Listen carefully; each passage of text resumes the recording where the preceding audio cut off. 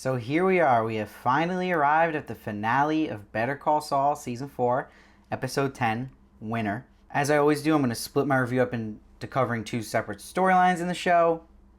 First, I'm going to cover Jimmy and Kim's story. Then I'll address Mike, Gus, and Lalo's story. So we open the episode with a flashback of Jimmy being represented by Chuck here to finally push him into being a lawyer. And the symmetry of this season's openings to where it ends up is also always on point, especially with this one showing him when he first became a lawyer to when now he's reinstated into being a lawyer later in the episode, in current time. And when we see the after party in this flashback of him becoming a lawyer at a karaoke bar, it's great to see Ernie again. We haven't seen him all season, singing Total Eclipse of the Heart. And in the corner, Jimmy sees Chuck is about to leave early, saying the guy never has fun. And Jimmy wants him to have fun here, bring the best out in him, and wants him to stay and watch him do his karaoke song, telling Chuck he's on next. And Jimmy ends up picking the song, The Winner Takes It All, by ABBA. And it's so interesting to see how Jimmy brings Chuck on stage, and he's enjoying this moment as a team here. He's seeing it this happy, brotherly moment, singing together in joy. But what sums it all up is Chuck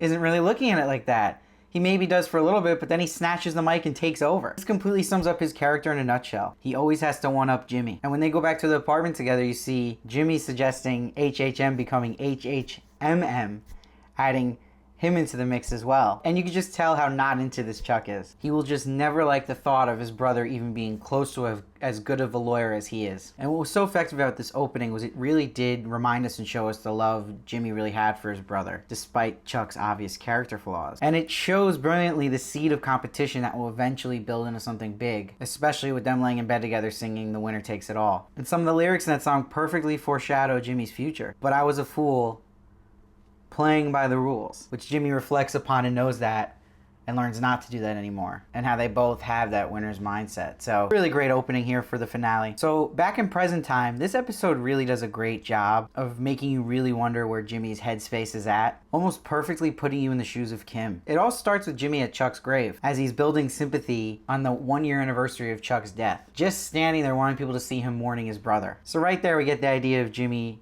and Kim's plan for him to win the appeal to be a lawyer. That they're going to build up as much sympathy and much sincerity as they possibly can. And there's some really hintful lines here of where it's going to end up this episode. When Jimmy runs to the car to get a snack from Kim, he says, "We got customers today, afraid no one would show up." Amazing how he refers to people mourning his brother that way. And you can see just in Kim's reaction here, she clearly has reservations about this approach. Her reaction to me almost shows, in a way, this plan will also get real sympathy out of Jimmy for Chuck, but obviously the most important thing, getting him back to be a lawyer, so she's almost trying to hit two birds with one stone, even if she isn't so thrilled and crazy about how they're going about this morally. So on her part, it's a genius plan. It's just you're starting to see it's really not changing Jimmy at all. So then we see Howard Hamlin doing a video about the new Charles McGill reading room. But why is he so different all of a sudden? How did he snap out of it? His hair's gelled again. He looks in good state of mind. This felt like a little bit of a cheat on his character arc from where we last saw him cursing out Jimmy. You can't just tell us it's because Jimmy gave him that pep talk at the end. What flipped him to all of a sudden be regular Howard again? This felt like a cheat to me and one of my only flaws of this finale. But we see Jimmy paid in full for the library, so it's another move to please the board. And outside he's like, "I can't believe I wrote a $23,000 check for this." Again, another hint to Kim that Jimmy's still not feeling any different about Chuck. Kim's facial expressions again are perfect here. It's just her holding out false hope. And we're seeing Kim is basically coaching him on how to be sincere throughout this episode. She wants him to actually get there, to be generally more sincere in his life and open, not just to act it, but he's taking it as just acting sincere and able to play the part of a genuine person. And there's little shots here that are so important to his headspace. Just look at the next scene when they're in the boardroom and Jimmy looks at the painting of Chuck on the wall, just grudgingly. And we see these high school students come in to make their pitch for scholarships. And a nice little line they threw in here was Hamlin saying to the character Christy, "What's it like working with elders?" Touche on this here, because we find out later on that this is the girl that Jimmy sympathizes with and is so similar to in her story. And it's funny that she ends up helping elders like Jimmy did. And Christy got only one vote, which is Jimmy's. We learn she's a shoplifter, and Jimmy is basically seeing himself in her. And in this scene, it's so well written because it's Jimmy making his pitch for her to everybody else that's not receptive to people like this. And it's really basically him making a pitch for himself. And they literally take another vote, and it still doesn't work out for this girl after all the great convincing arguments Jimmy made. He runs out to tell her she didn't get it and gives her the tough truth about the way they treat people who make mistakes. Mistakes is a clear theme in this whole episode. Jimmy's mistakes to the board. Will they be forgiven? Christy's mistakes for her scholarship. And Verner's mistake. Mike wants to forgive him for it, but will Gus? Can people get second chances? How do we look at mistakes? Jimmy gives her a pep talk. All this time given to her makes me think also we're going to see this character again. Maybe a future associate of Saul Goodman. And he says the line to her, the winner takes it all. And I like seeing Jimmy cared about her, felt for her because he has been in her shoes countless times. And when she looks back at him, she's kind of scared of him at first. But when she looks back, she's hopeful.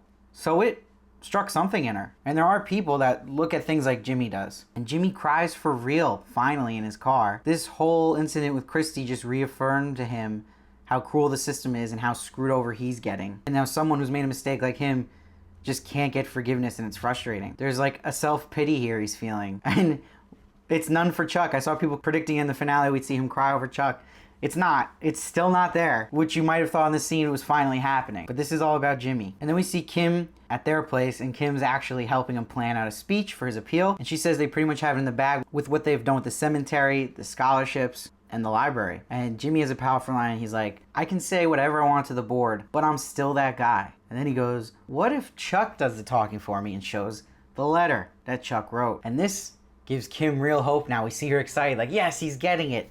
He's learning to open up about his brother now. Maybe he has feelings. And then when we go to the appeal, before they go into the courtroom, Kim has an important line where she says, whatever happens in there, I'm with you. So it shows again how supportive she is. But then you think to yourself, knowing what happens now, wait, maybe there is a case that she's not. And that's the case that actually ends up happening here with Jimmy. So Jimmy starts to read Chuck's letter to the board and stops pretty early on. And this is where he finally gets how to play sincere, right when he does that. He does it so well that he fooled me, fools the board, and fools Kim. Great line he has here is, he loved me as a brother, but he didn't love me as a lawyer. So he's saying a bunch of true statements here. And it's so sad because Kim's crying and she's literally looking at this like it's finally his breakthrough with Chuck, what she really wanted. And the selling line he has here is, I'm lucky I got this letter. I never got a chance to write him a letter. Finally sounding like a normal person, something they would say. And I was convinced that he fully was now addressing this Chuck issue, but they got me.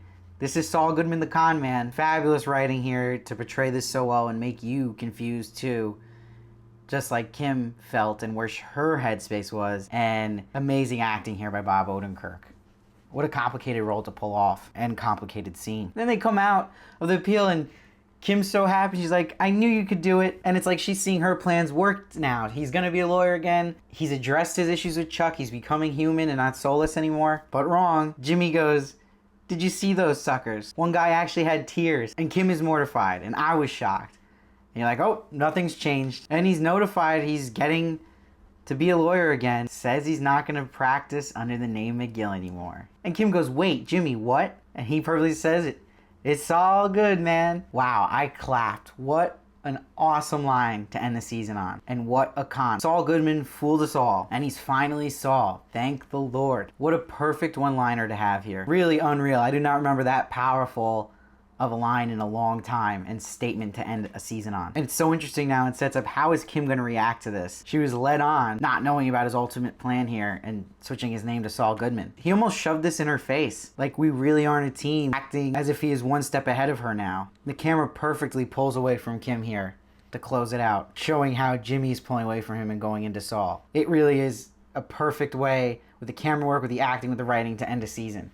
Props to this show. So let's go to Mike's story in the episode. I love how it starts off intense right away, tuning right where we learn that Verner pieced out and Mike is getting his team ready to go. There's intense music playing. So Mike finds out Verner was getting money sent to a travel wire in Albuquerque. And we see Lalo is spying on all of this Gus operation, and he's doing it to a T. I mean, he's literally got binoculars, he's putting the extra time in, and he's got all these notes he's jotting down. Can someone confirm for me if he's singing Winner Takes It All here in Spanish in this scene? It sounded like it to me, but I don't know Spanish, but the tone of his voice sounded like that. Because if he was, that's pretty awesome. And Mike gets to travel wire, and the guy working there is a perfect pushover guy named Fred. Sometimes they cast these little roles just perfectly. And Mike gets to show his Saul Goodman type skills off here, getting Fred to show him security footage by playing a sympathy card. And it's so funny because once he convinces this guy to show him what he wants, he just becomes full-on Mike again to him. Moves him out of the way to look at security cameras, ignores him when he's calling his name. But we get this great scene here where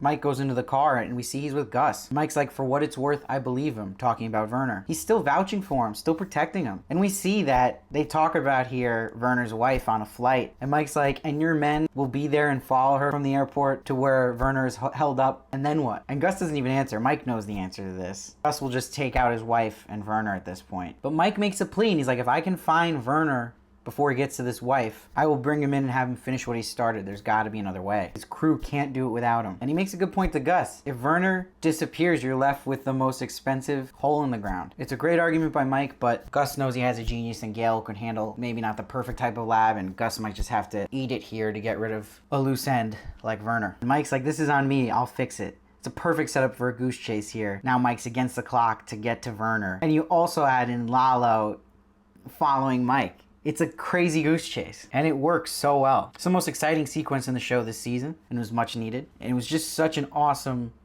thing seeing this awesome villain, Lalo, chasing after Mike. You're seeing two heavy hitters now going at it. And what a killer move by Mike, putting the gum in the ticket machine. This universe of Breaking Bad and Better Call Saul always has new clever ways of doing stuff in shows, and that was a cool trick they showed Mike do that I haven't seen anything like that before in any other shows. But my only complaint in this whole sequence was Lalo jumping up in the roof at the travel wire. That was ridiculous. For him just to see the security footage, what the hell was that? I feel like there was a better way they could have got him to convince that kid to let him see it, or just threaten him with the gun in the first place.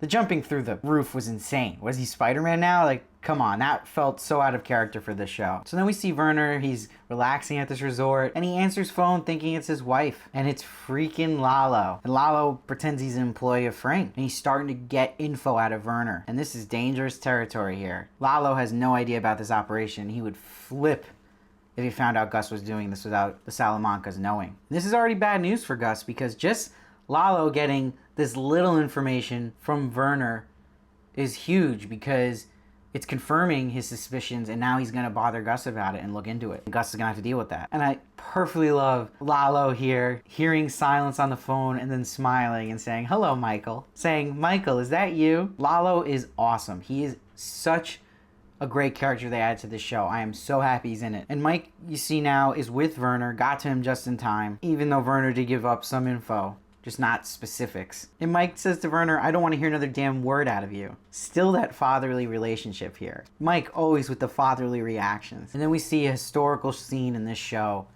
and my favorite of the season, with Mike and Verner. Oh boy, we all saw this coming, but it's still so effective. He tells Gus on the phone he has Verner, and that someone suspicious called Verner asking for information, and Gus knows, I know who this is, so we know Gus knows that's clearly Lalo. And Mike just is going now with the plan that he made with Gus, where he's like, okay, I'll bring Verner in now.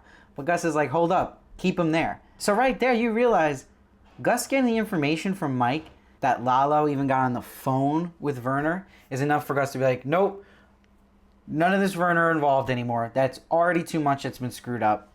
Goodbye. But Mike did the right thing. You have to be honest with Gus, or Mike would eventually get it. And Mike still's like, I'd go another way. And he has a great line where he's like, let it be a mistake. Going back to this theme of the episode of understanding mistakes, and if it's smart to give second chances or not. And Gus here is in the position like the board against Jimmy is, and how the Hamlin's crew was against Christie. They just don't care for mistakes. They're always more worried about the risk and not having to even give a chance of redemption to someone if it's going to cause any loose ends. And Mike does the big boy thing, and he's like, I'll take care of it, because Gus was going to have henchmen sent over to do it. Such riveting acting by Jonathan Banks here, especially when he just says the line, God damn it. So sad. Like, this really hit me right there. You're feeling for Verner, you know he's dead meat, and you're feeling for Mike. He loves Verner. But I love that Mike does this the honorable way, doing it himself, and I love that Mike still protects Verner's wife in this. Make sure she doesn't get killed at least. That's something he knew he could still control. But he knows there's nothing in his control to protect Verner. He says the line, it was never up to me. And you feel bad for Verner. Verner's just too innocent, too bliss. Looks too much at the good in people here. Even suggesting that Gus might forgive him if he talks to him, which you know is not the case. He's got too much of a positive outlook on the world as his Achilles heel. And Mike knows too that Gus, finding out about Lalo calling him, Gus was over it. There's no shot now. And that's why he says to Verner, nothing you can say or do will make anyone trust you again.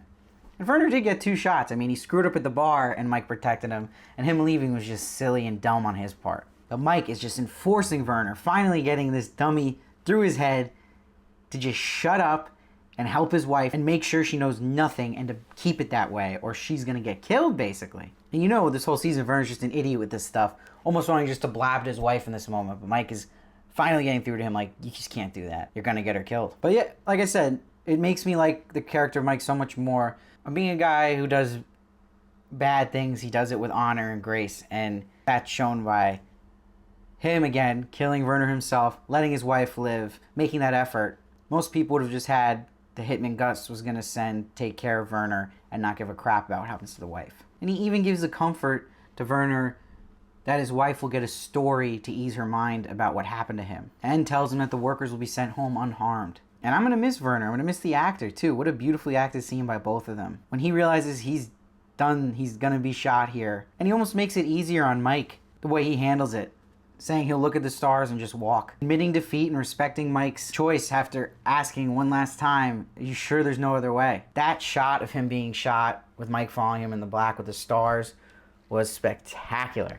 Wow. And so sad. So we see Gus has Gale now. And Gale says he can work with this lab, even though it's not perfect as was envisioned and has its flaws. But we know Gus is smart enough to cut his losses here and just go with what works. And just seeing Mike look down at Gus here was just haunting. It was such a dark shot and there's like no light here. It just felt like this was his full transformation into the dark hole of Gus's world. This really was Mike's big moment this episode and his real Breaking Bad moment.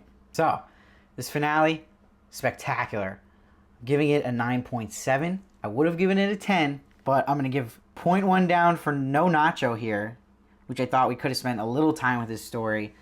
He's kind of fallen off the clip in the map, so it was frustrating we didn't get anything added to that, knowing we have to wait another season. Another 0.1 off for Hamlin's weird, unbelievable flip. I mean, it would have been more believable if we just show us something that would convince us why he just transformed into a different guy again. And another 0.1 off for Lalo jumping in those vents like a superhero. Otherwise, this episode is flawless to me and wraps everything so well with a bow. And at the same time, making this super exciting for next season. We're confirmed now we're getting Saul Goodman as a lawyer officially.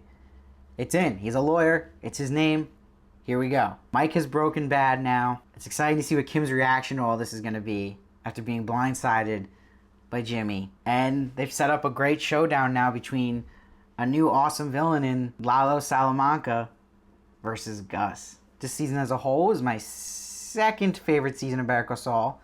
Still love season 2 the best, but it was a huge improvement over season 3, which I wasn't so crazy about. I'd love to hear your guys' theory on this finale. Give me a rating of what you thought of it, and give me a rating of the season as a whole. Where would you rank it out of the Better Call Saul seasons? I read every comment and I try to respond as many as I can, so please leave one down below. Please subscribe so you catch more of my reviews of shows I'm doing. I appreciate every single one of you. Thank you everyone who's watched this show with me and watched my reviews. I'm grateful I couldn't do it without you guys. And please follow me at SteveVarley1 on Twitter and Instagram for more of me. And I'll see you next time.